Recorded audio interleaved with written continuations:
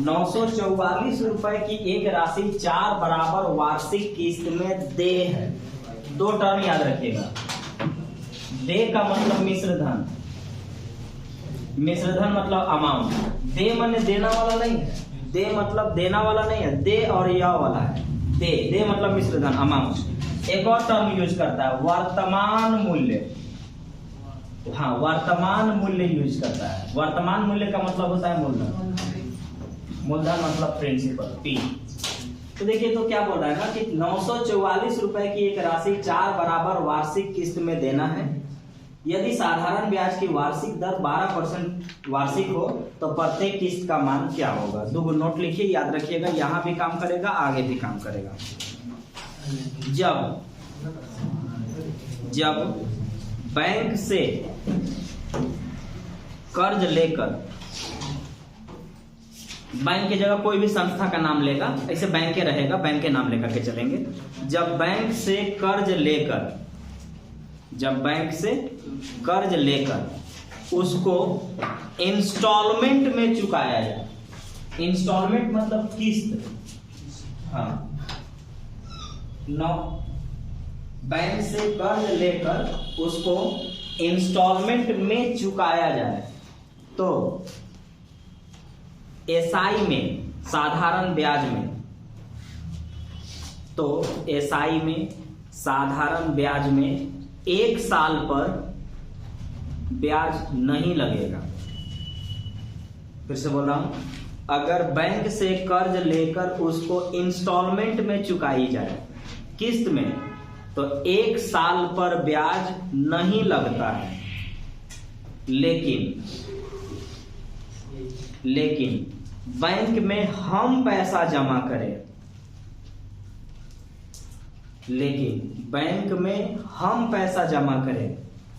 तो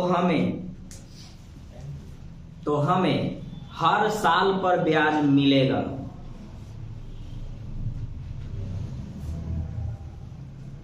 यदि बैंक में पैसा हम जमा करें तो हमें हर साल पर ब्याज मिलेगा। अंतर क्लियर हो गया। अगर बैंक से पैसा लेके इंस्टॉलमेंट में चुका रहे हैं तो 1 साल पर ब्याज नहीं लगेगा, और अगर हम बैंक में पैसा जमा किए हैं तो वो हमको हर साल का ब्याज देगा। तो जब आगे आएगा बैंक में जमा करने वाला तो उस समय बात करेंगे। फिलहाल बैंक से कर्ज लिए और बैंक से कर्ज जो है 944 रुपया सब मिला के चुकाना है। इसका मीनिंग मैंने बताया कि ये मिश्रधन होता है, अमाउंट होता है। मिश्रधन होता है ना, अमाउंट होता है। अब रोज डांटेंगे तभी सुधरिएगा। 944 रुपया जो है ये मिश्रधन है, अमाउंट। इसका मतलब पैसा कुछ और लिए होंगे। कर्ज का सिस्टम सुनिए। गांव में जो समूह नाम दिया गया है वही चीज ये काम करेगा। उसमें क्या करता है ना कि अगर आपको 1 लाख रुपया पैसा दिया है तो वो आपसे अगर 5-5 हजार रुपया ले रहा है, महीना, सप्ताह, जो भी उसका सिस्टम होगा, तो उसमें क्या आपसे लेता है ना, मूलधन और ब्याज दोनों लेता है। मूलधन और ब्याज दोनों लेता है ताकि आपका सिस्टम 5-5 हजार करके 1 लाख आप आने वाला टाइम में चुका सके। उसमें क्या फायदा होगा कि आपने उसको दे भी दिया 5-5 हजार के हिसाब से और आपका ये भी खत्म हो गया। तो ये किस्त आपने बनवाया ना, इंस्टॉलमेंट बनवाया, तो इसमें आप मूलधन और ब्याज दोनों दे रहे थे उसको, तब तो ये जाकर के आने वाला समय में चुका दिया गया। अब कितना किस्त होगा ये डिसाइड करेगा और वो अपने हिसाब से देख लेगा। तो यानी 944 रुपया मुझे सब देना है, यानी 944 से तो हम कम इसका पैसा लिए थे और उसको ब्याज सहित 944 चुकाना है। कितने से इंस्टॉलमेंट में? 4। तो 4 इंस्टॉलमेंट में अगर चुकाना है तो चारों इंस्टॉलमेंट बराबर होना चाहिए। और हमको पता चल गया कि अगर बैंक से कर्ज ले करके हम चुकाएंगे तो 1 साल पर ब्याज नहीं लगेगा। बनाने का तरीका इसका बहुत अलग अलग है। आपको मैं अपना तरीके से बता रहा हूं, मेरे तरीके से समझिएगा, वरना बड़ी लेंदी प्रोसेस इसका होता है। मतलब समझिएगा, 100% का मतलब क्या समझा के भेजे हैं? मूलधन। 100% का मतलब मूलधन। तो इसमें याद ये रखिएगा ना कि जितने किस्त में चुकाना है उतना 100 रुपया मेरे पास होगा। जैसे 4 किस्त में चुकाना है 400 रुपया होगा, 5 किस्त में चुकाना है 500 रुपया होगा, 6 किस्त में चुकाना है 600 रुपया होगा, तो 4 किस्त में चुकाना है 400 रुपया तो मेरे पास हो गया। लेकिन मैंने कहा कि 100% का मतलब मूलधन होता है। अब हम मूलधन में हम ब्याज जोड़ेंगे तो मिश्रधन आएगा और वो पता चलेगा कि इंस्टॉलमेंट मेरा क्या था। देना है हमको 12% वार्षिक, यानी 1 साल में 12%। तो 1 साल में अगर 12% देना है तो हमको 4 साल में इसको चुका देना है। और हमने अभी कहा कि मैं पैसा चुका रहा हूं इसलिए 1 साल पर ब्याज नहीं लगेगा। तो ब्याज अगर 4 किस्त में देना है तो कितने किस्त पर ब्याज लगेगा? 3 से। 5 में अगर चुकाना है तो 4 पर। तो ठीक, तो अब आपको कितने पर ब्याज देना है? 3 किस्त का। तो 1 साल में 12%, तो 12 रुपया कहिए चाहे 12% रहने दीजिए। दूसरे साल में 12% के हिसाब से 12 दूना 24, और तीसरा साल में 12 तिया 36। आप इसको परसेंट गिनिए चाहे रुपया गिनिए, क्योंकि वहां पर 100 था वो। तो आपने इसको जो ब्याज दिया वो दिया 36 दूना 72। तो ब्याज लगा 72 और मूलधन था 400। तो मूलधन और ब्याज मिलके मिश्रधन। मिश्रधन मतलब यहाँ क्या? इंस्टॉलमेंट। अब ये ना बताया कि आप जो 5000 रुपया समूह में चुकाते हैं ना, वो मिश्रधन होता है। और मिश्रधन का मतलब मूलधन और ब्याज दोनों रखता है उसमें। तो आपका ये जो यहाँ पर मूलधन 400 और ब्याज 72 रुपया, तो दोनों मिला के कितना? 472 रुपया कहिए चाहे परसेंट कहिए, क्योंकि दर है तो परसेंटे में जाएगा। तो 472% का वैल्यू कह रहा है ये, चूंकि देखिएगा ये मूलधन और ब्याज मिलके मिश्रधन है, तो ये भी मिश्रधन है ना, है। तो 472% का वैल्यू 944 रुपया, तो 1% का वैल्यू 2 रुपया। तो 100% का वैल्यू 200। 100% का मतलब यहाँ पर क्या आ रहा है? 100% मतलब एक इंस्टॉलमेंट, यानी आपका जो है प्रत्येक किस्त का जो मान है वो 200 रुपया है। पर इंस्टॉलमेंट आपको 200 चुकाना है।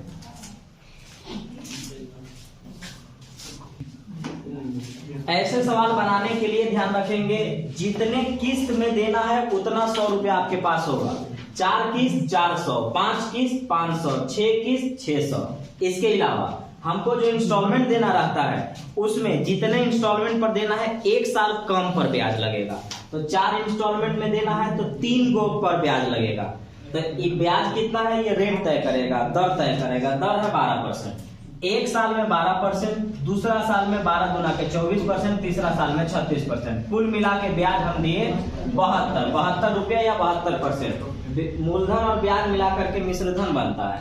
तो 472% का वैल्यू 944 रुपया, तो 1% का वैल्यू 2 रुपया, तो 100% का वैल्यू 200 रुपया, यानी पर इंस्टॉलमेंट आपका 200 रुपया है। अब सेम सवाल देंगे, आप इसी मेथड से बना लेंगे, कंसेप्ट क्लियर हो जाएगा। चलिए मेरे साथ बोलिए तो। 3600 रुपया की एक राशि 5 बराबर किस्त में दे रहे हैं। साधारण ब्याज 10% है, तो हर इंस्टॉलमेंट कितना होगा? प्रत्येक किस्त का मान क्या होगा बताइए हमको।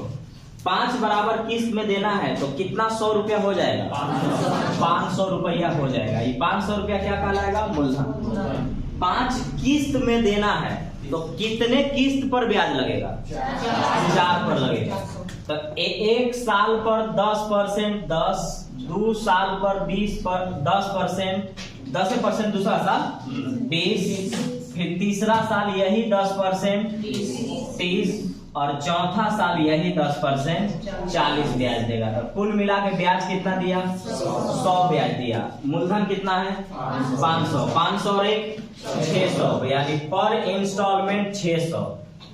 600 पर इंस्टॉलमेंट 600, वास्तव में 3600, यानी 600% का वैल्यू 3600, 1% का वैल्यू 6, तो 100% का वैल्यू 600। 100% मतलब यहाँ मूलधन या यहाँ पर इंस्टॉलमेंट होगा। तो 600 रुपया पर इंस्टॉलमेंट ये चुका देगा। यहाँ से लैंग्वेज पर आधारित सवाल है। बस एक ही फॉर्मूला, ब्याज बराबर मूलधन गुने समय गुने दर बटा 100। और सिर्फ लैंग्वेज समझिएगा कि अब लैंग्वेज क्या कह रहा है। यहाँ से लैंग्वेज पर आधारित लगभग जितने टाइप्स थे वहां तक हो गए। अब आगे हम लोग लैंग्वेज, केवल लैंग्वेज। कितना पैसा 6% वार्षिक साधारण ब्याज दर पर 4 साल के लिए कर्ज लिया जाए या दिया जाए? कि उससे उतना ही ब्याज मिले जितना लिया जाए की जगह दिया जाए ना, कर्ज लिया जाए दिया जाए, कि उससे उतना ही ब्याज मिले जितना 800 रुपए पर 5 साल में 4.5% दर से मिलता है। मतलब दो जगह पैसा देंगे, एक जगह क्लियर है 800 देना है 5 साल के लिए 4.5%, दूसरा जगह पता नहीं कितना देना है 6% है 4 साल के लिए। लेकिन एक चीज इसमें मेन है कि दोनों जगह से ब्याज सेम मिलता है, दोनों जगह से ब्याज सेम मतलब बराबर। तो दोनों जगह से अगर ब्याज बराबर मिलता है तो फॉर्मूला लगाएंगे ब्याज बराबर मूलधन गुने समय गुने दर बटा 100 और आंसर आ जाएगा। तो यहाँ पर साफ बोला कि ब्याज बराबर है, तो ब्याज बराबर है तो ब्याज बराबर फॉर्मूला लगाएंगे। तो ब्याज बराबर होता है मूलधन, मान लेते हैं 100 का, मूलधन गुने समय गुने दर बटा में 100। यहां से जो भी हमको ब्याज मिलेगा, एक जगह से और ब्याज मिलेगा, ब्याज बराबर मूलधन गुने समय गुने दर, 4 दूनी 8 हो 1, 9 बटा 2, दर बटा में 100। ये भी ब्याज बोला जा रहा है कि बराबर हो, ब्याज बराबर मूलधन गुने समय गुने दर बटा 100। यहां से ब्याज आपस में बराबर हो, काट लीजिए।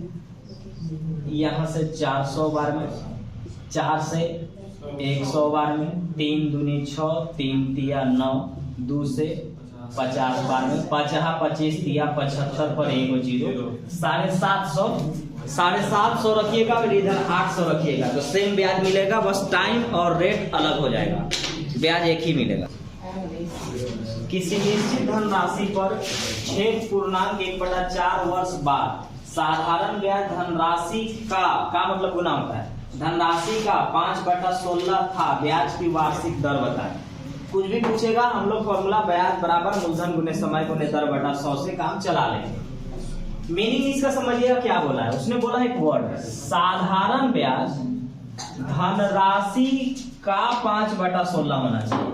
साधारण ब्याज SI, साधारण ब्याज मूलधन का, मूलधन माने P, साधारण ब्याज मूलधन का मतलब गुना, मूलधन का 5/16 था या है, इसका मतलब होता है K बराबर है, यानी साधारण ब्याज मूलधन के 5/6 है या साधारण ब्याज मूलधन का 5/16 के बराबर है, एक ही बात है। तो बराबर हमने कर दिया, अब इस P को यहाँ ले लाइए, तो ये है ब्याज और ये है मूलधन 5/16, जो जिसके सामने पड़ा वो वैल्यू कहलाएगा, ठीक है। तो ब्याज है 5 रुपया, मूलधन है 16 रुपया, तो इसका मतलब है मूलधन है 16 रुपया, ब्याज है 5 रुपया आपके पास। तो पूछा क्या गया है, आपसे पूछा गया है दर, तो दर बराबर तो याद नहीं है लेकिन ब्याज बराबर याद है। ब्याज बराबर होता है मूलधन गुने समय गुने दर बटा 100, तो ब्याज कितना है 5, ब्याज बराबर मूलधन गुने समय 6 चौके 24 और 1 25/4, ब्याज बराबर मूलधन गुने समय गुने दर नहीं बटा में 100, 4 चौका 16, 25 चौका 100, 4 से 4, R का वैल्यू 5%, रेट क्या है 5% है। फिर से साधारण ब्याज मूलधन का मतलब गुना, मूलधन का 5/16 था यानी उसके बराबर था, मूलधन को नीचे लाए, जो सामने पड़ा वैल्यू ब्याज बराबर मूलधन गुने समय गुने दर बटा में 100, काटेंगे आंसर आएगा 5% इसका रेट था।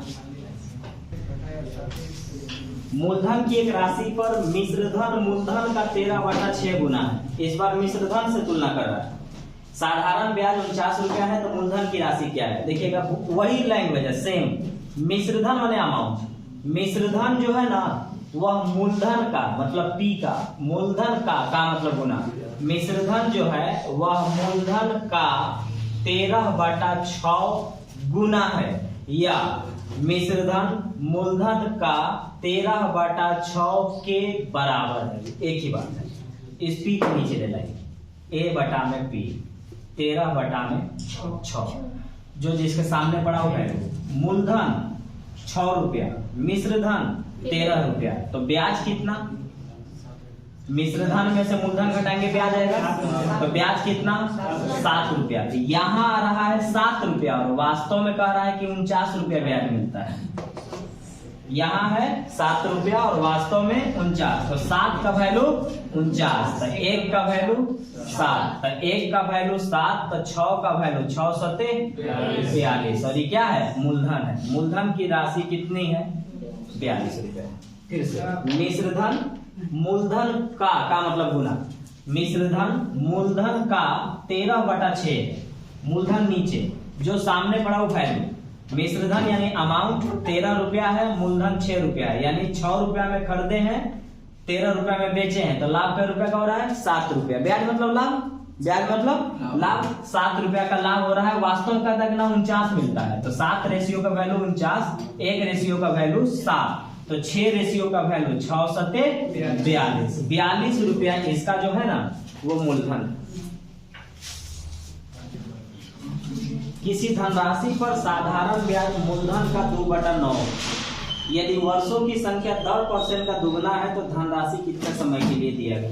थोड़ा सा जल्दबाजी दिखलाइएगा, इस जगह गलत करके ऑप्शन टिक करके आप आगे निकल जाइएगा, इसलिए क्योंकि यहाँ पर वो दुगना का कंसेप्ट किया है और दर और समय से रिलेशन था। देखिएगा वर्षों की संख्या 10% का दुगना है, यानी जो वर्ष होंगे वह दर का दुगना होगा। तो दर अगर x है तो वर्ष कितना होगा 2x होगा। दर अगर x है तो वर्ष होगा 2x। दर अगर x है तो वर्ष कितना होगा 2x होगा, यानी वर्षों की संख्या दर परसेंटेज का दुगना है। अब ध्यान रखिएगा, बाकी अभी तुरंत पढ़े हैं आप कि कोई धनराशि पर साधारण ब्याज मूलधन का 2/9 है, यानी साधारण ब्याज, साधारण ब्याज मूलधन का मतलब गुना मूलधन का 2/9 है, यानी 9 के बराबर।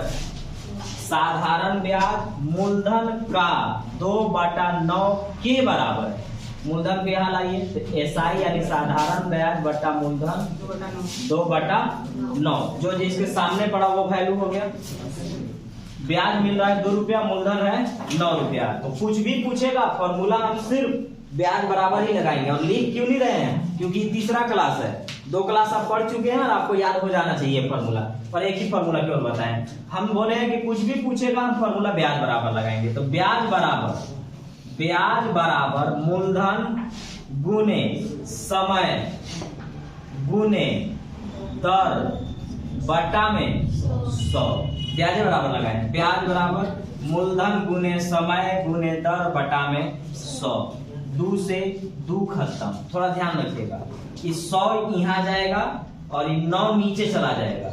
x और x में गुना करेंगे तो x स्क्वायर बराबर 100 बटा में 9 कहा जा रहा है नीचे, स्क्वायर हटाने पर रूट चढ़ेगा, तो रूट से बाहर, यहां से बाहर 100 से बाहर 10 और 9 से बाहर। x का वैल्यू 10/3 है, x का वैल्यू 10/3 है, तो 10/3 x हम क्या माने थे 10, पूछा क्या है समय, तो समय दुगना ना है, तो हमको समय बताना है, तो समय इसका दुगना है, तो 10/3 का दुगना 20/3 और 20/3 का मतलब 6.2/3 वर्ष, 6.2/3 वर्ष के लिए ये राशि दिया गया था।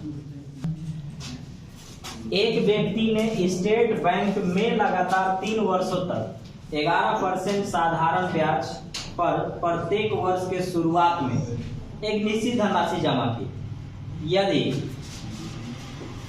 यदि 3 वर्ष के बाद उसके खाते में 15,006 रुपया है तो प्रतिवर्ष उसने कितना जमा किया। अभी तुरंत मैंने आपको बताया कि अगर हम बैंक से लोन लेंगे और हर साल जमा करेंगे तो उसका 1 साल पर ब्याज नहीं लगेगा, लेकिन अगर हम बैंक में पैसा जमा करेंगे तो मुझे हर साल पर ब्याज मिलेगा। इसके अलावा बनाने का तरीका बताया था ऐसे सवालों को, ये भी इंस्टॉलमेंट मान के चलिए, है नहीं लेकिन इसको मान के चलिए, क्योंकि आप तो फिक्स किए होंगे ना कि हर साल इतना जमा करना है। आप मान लीजिए कि आप 1 साल 100 रुपया जमा किया शुरू में, 1 साल में बढ़ करके 120 रुपया हो गया, फिर अगला साल भी 100 रुपया आपने जमा किया, ऐसे करके हर साल के शुरुआत में 100 रुपया आप जमा कर रहे थे, तो 100 के हिसाब से 300 तो आपको मिलेगा ना, उसके अलावा ब्याज जो उस पर बढ़ेगा वो आपको मिलेगा। तो ये कुल मिला के इसको 15,006 रुपया मिल रहा है। इसका मतलब 15,006 रुपया से कम जमा किया हुआ पैसा। लेकिन चूंकि हमको पता है 100% का मतलब मूलधन, और यहाँ 100% का मतलब हर साल के शुरुआत में कितना जमा करते थे वो आएगा। 100% का मतलब मूलधन होता है, लेकिन यहाँ पर 100% का मतलब कितना हम जमा करते थे हर साल के शुरुआत में, ये आएगा। अब बारी है कि यहाँ बनाने के तरीके थे कि जितने साल का है उतना 100 हो जाता है। तो 3 साल का है तो 300 हो जाएगा पहला। इसके बाद बताया गया कि अगर जमा करेंगे तो हर साल पर ब्याज मिलेगा, हम पैसा जमा करेंगे बैंक में तो हर साल पर ब्याज मिलेगा, और अगर हम बैंक से कर्ज लेके इंस्टॉलमेंट में चुकाएंगे तो 1 साल पर ब्याज नहीं लगेगा। तो यहाँ पैसा हम जमा कर रहे हैं, हमको हर साल पर ब्याज मिलेगा। तो 1 साल पर 11%, 2 साल पर 11 दूना 22%, 22% कहिए या 22 रुपया कहिए। 3 साल पर यहाँ मिलेगा कि नहीं? यहाँ 3 साल का ब्याज होगा, क्योंकि पैसा हम यहाँ जमा कर रहे हैं। तो 3 साल पर 11 के हिसाब से 33 और 33 66 रुपया या 66% तो मेरा ब्याज बना। मेरा मूलधन 300 है, मूलधन और ब्याज जोड़ेंगे तो मिश्रधन आएगा, और मिश्रधन का तुलना मिश्रधन के साथ, तो ये तो क्या है? मिश्रधन है। तो 300 और 66 जोड़ेंगे तो आएगा 366% का वैल्यू 15,006 रुपया। तो 1% का वैल्यू 41 रुपया, तो 100% का वैल्यू 4100। 100% मतलब मूलधन, लेकिन 100% का मतलब हर साल के शुरुआत में हम कितना जमा कर रहे थे ये आएगा। तो हर साल के शुरुआत में हम जमा कितना कर रहे थे? 4100। अब इसका मीनिंग समझिए क्या हुआ आपके साथ। 1 साल के शुरुआत में आप 4100 जमा किए, तो 3 साल में आप 12,300 जमा किए। आपको बैंक द्वारा 11% के हिसाब से देखिए कितना दिया गया? 15,006 रुपया दिया गया। अब थोड़ा सा इसमें एक चीज ई सीखिए, तो एग्जाम में इस जगह आप डिस्टर्ब होंगे, कांटे में डेटा खराब है। अब सुनिए, इकाई अंक से काटा जाता है, हमको लास्ट में 6 लाना है, तो 6 एकम 6 भी आता है। अब थोड़ा रेंज देखिएगा, रेंज देखा जाता है। रेंज बड़ा है तो बड़ा छलांग मारना है। जैसे लास्ट में या तो 1 आएगा, तो क्या हम 1 से इतना ला सकते हैं? 1 से गुना करके ला सकते हैं? अरे देखिए, 1 से गुना करके 15,006 ले लाएंगे? नहीं, 1 से गुना करके इकाई अंक न ला रहे हैं। जैसे 6 एकम 6 करेंगे तबे ना लास्ट में 6 आएगा है? तो इसका मतलब जिससे भी हम गुना करेंगे उसके लास्ट में 1 होगा। अब देखिएगा, तो 1 से तो इस गुना करने पर नहीं आएगा, तो अब 1 का आगे आएगा 11। 11 से गुना करने पर इतना देखेंगे। नहीं समझ में आया तो फिर 21, फिर नहीं समझ में आया तो 41, और फिर नहीं 31, फिर नहीं समझ में आया तो 41। ये रेंज चलेगा आपका। और जब बढ़िया से प्रैक्टिस मारिएगा तो जाके आपको समझ में आएगा कि ये और कुछ नहीं तो कम से कम 350 तो है, या लगभग 400 है। तो 400 में हमको तो साफ दिखेगा कि जब तक मैं 400, अगर मान लेते हैं इसको कि अगर ये 400 है तो कम से कम 30 और 40 का रेंज तो जाएगा ही जाएगा, क्योंकि 400 गुने 30 करेंगे अगर हम, तो 4 तिया 1200, यानी 12,000 लगभग बनने जा रहा है। और ये कितना है? 15,000 है। तो डायरेक्ट रेंज चला जाएगा 41 पर। तो ऐसे करके 1% का वैल्यू 41, तो 100% का वैल्यू 4100, यानी हर साल के शुरुआत में ये 4100 रुपया जमा करता था।